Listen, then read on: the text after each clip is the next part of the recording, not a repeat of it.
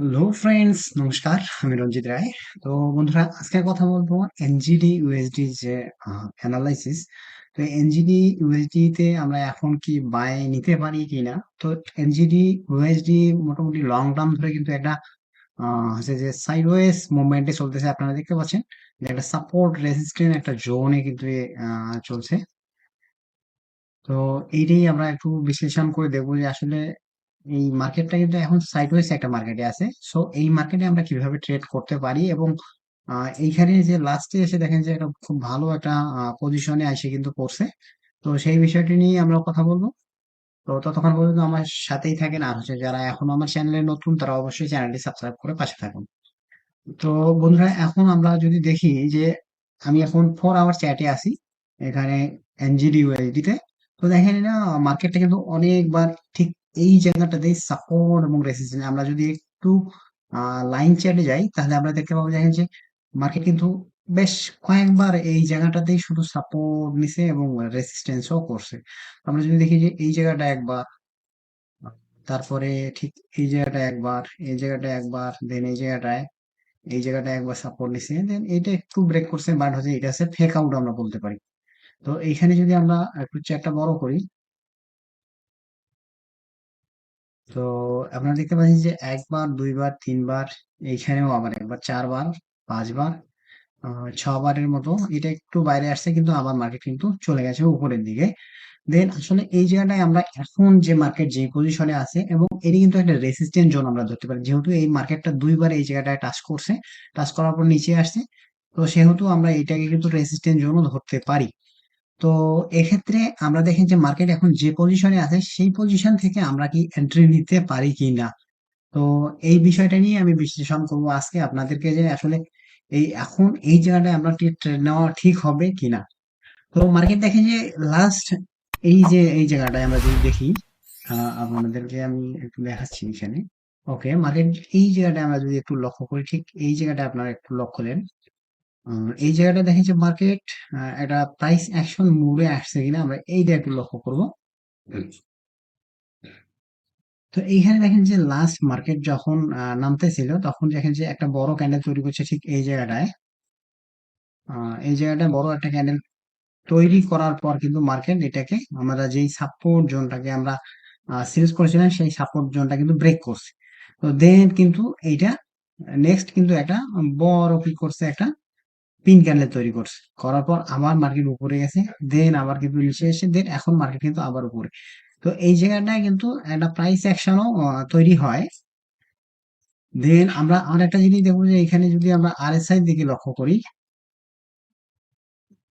তো আমরা যদি এখন এই জায়গাটায় আরএসআই দিকে লক্ষ্য করি, সব চলে গেছে। তো আমরা যদি আরএসআই দিকে দেখি তাহলে কিন্তু এখানে একটা ডাইভারসেন্স আমরা দেখতে পারি।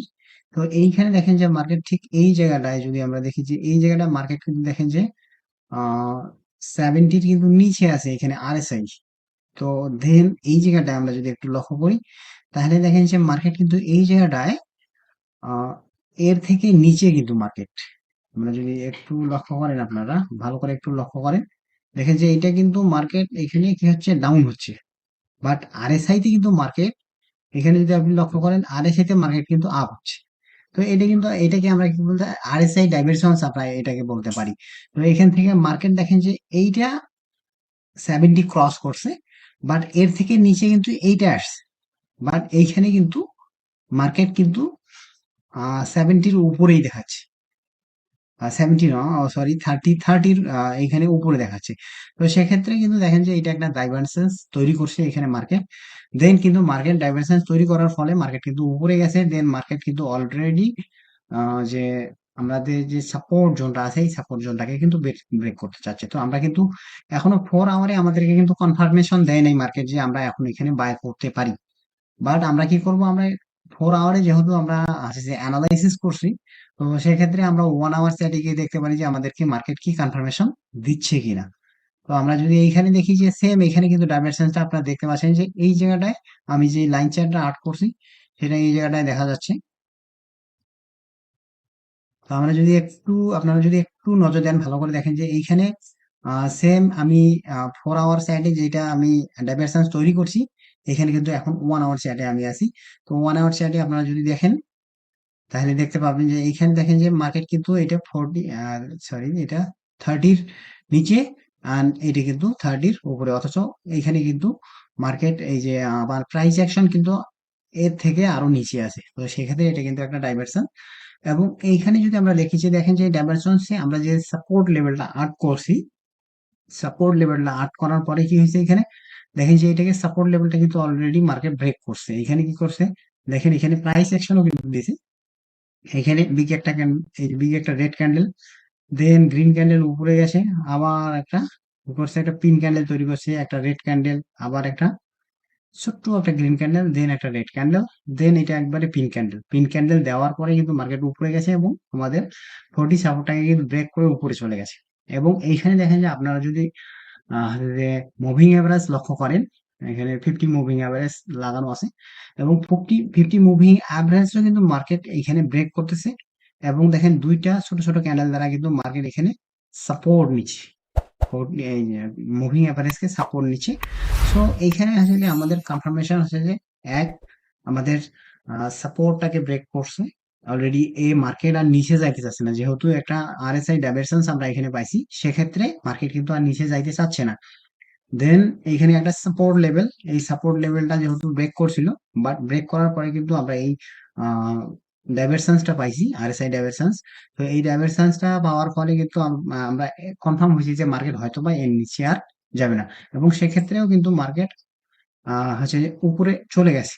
দেন এখানে আরএসআই একটা সাপোর্ট নিছে, আরএসআই সাপোর্ট নেওয়ার পরে মার্কেট কিন্তু আরএসআই কে ব্রেক করছে, দেন এখানে সাপোর্ট নিছে দুইটা ছোট ছোট ক্যান্ডেল। তো সেক্ষেত্রে আমাদের যদি এইখানটার, অর্থাৎ এই যে বিগ ক্যান্ডেলটা আছে, আমাদের বড় যে ক্যান্ডেলটা পাচ্ছি, অর্থাৎ 5911 যখনই মার্কেট ক্রস করবে, তখন আমরা কিন্তু এখানে একটা সুন্দর এন্ট্রি বাই সাইডে নিতে পারি। এবং আমাদেরকে যেহেতু হচ্ছে যে এই যে তিনটা কনফার্মেশন আমরা পাইছি, এক হচ্ছে আরএসআই ডাইভারশনস, দেন হচ্ছে সাপোর্ট লেভেল ব্রেক করছে, দেন আমাদেরকে মুভিং অ্যাভারেজও কিন্তু এখানে আমাদেরকে সাপোর্ট দিছে। এখন আমরা যদি এখানে যদি একটা ট্রেন্ড লাইনও আর্ট করি, আপনারা যদি দেখেন যে এখান থেকে আমরা যদি একটা ট্রেন্ড লাইন আর্ট করি, তো এই ট্রেন্ড লাইনটাকেও কিন্তু মার্কেট অলরেডি ব্রেক করছে। আপনারা দেখেন যে এখানে কিন্তু একটা ট্রেন্ড লাইন, ছোট্ট টাইম ফ্রেমে একটা কিন্তু ট্রেন্ড লাইন এখানে হয়। আপনারা দেখতে পাচ্ছেন যে এখান থেকে এখানে কিন্তু একটা ট্রেন্ড লাইন আর্ট করা যায়। তো সেক্ষেত্রে কিন্তু এই ট্রেন্ড লাইনটাকেও কিন্তু অলরেডি মার্কেট কিন্তু কি করছে, ব্রেক করে ফেলছে। তো আশা করি এই যে বিষয়গুলো আপনার কনফার্মেশন হবেন যে এই এই জায়গাটায় কিন্তু আমাদের একটা সুন্দর এন্ট্রি আসে। সো আপনারা চাইলে এখান থেকে এন্ট্রি নিতে পারেন, বাট মার্কেট কোন দিকে যাবে সেটা তো মার্কেটের বিহেভিয়ার উপর ডিপেন্ড করবে। আর দেখতে হয় যে আজকে আমরা যদি একটু নজর দিই নিউজের উপর, আজকে ইউএইটি তে কোনো নিউজ আছে কিনা, সেটা আমরা ফরেক্স ফ্যাক্টরিতে গিয়ে আমরা দেখে নিতে পারি। তো ফরেক্স সাইড তো অডিতে নিউজ আছে এবং সিএনওয়াই এ, জিবিপি তে নিউজ আছে। দেন আজকে ইউএসডি তে তেমন কোনো নিউজ কিন্তু নাই। ছোট একটা, অত বেশি ইম্পর্টেন্ট কোনো নিউজ নাই। এফএমসি মেম্বার ওয়াল স্পিক্স একটা নিউজ আছে এখানে। দেন ইউএসডি তে আরেকটা আছে, বিল্ডিং পারমিটস এর একটা নিউজ আছে। আর কোনো নিউজ দেখা যাচ্ছে না। এনজিডি তে কোনো নিউজ আছে কিনা আমরা একটু দেখে নিই। এনজিডি তে কোনো নিউজ আজকের জন্য নেই। তো ইউএসডি তে যে নিউজগুলো আছে অত ইম্পর্টেন্ট কোনো নিউজ নাই এখানে। তো সেক্ষেত্রে কিন্তু মার্কেট যদি এখান থেকে আমরা 1 আওয়ার চার্টে, যেহেতু আমরা 4 আওয়ার চার্টে অ্যানালাইসিস করছি, তো 1 আওয়ার চার্টে আমরা ট্রেড নেওয়ার চেষ্টা করবো। তো সেক্ষেত্রে আমি বলবো যে আপনারা যদি 5910 বা 11 একে ক্রস করে, দেন আমরা কিন্তু একটা ট্রেড এন্ট্রি করতে পারি এখান থেকে। দেন আমাদের টার্গেট থাকবে 1:2। তো আশা করি বুঝতে পারছেন যে আমার যে অ্যানালাইসিসটা, যদি ভালো লাগে অবশ্যই কমেন্ট সেকশনে কমেন্ট করে জানাবেন। ধন্যবাদ সবাইকে, সুস্থ থাকবেন, ভালো থাকবেন।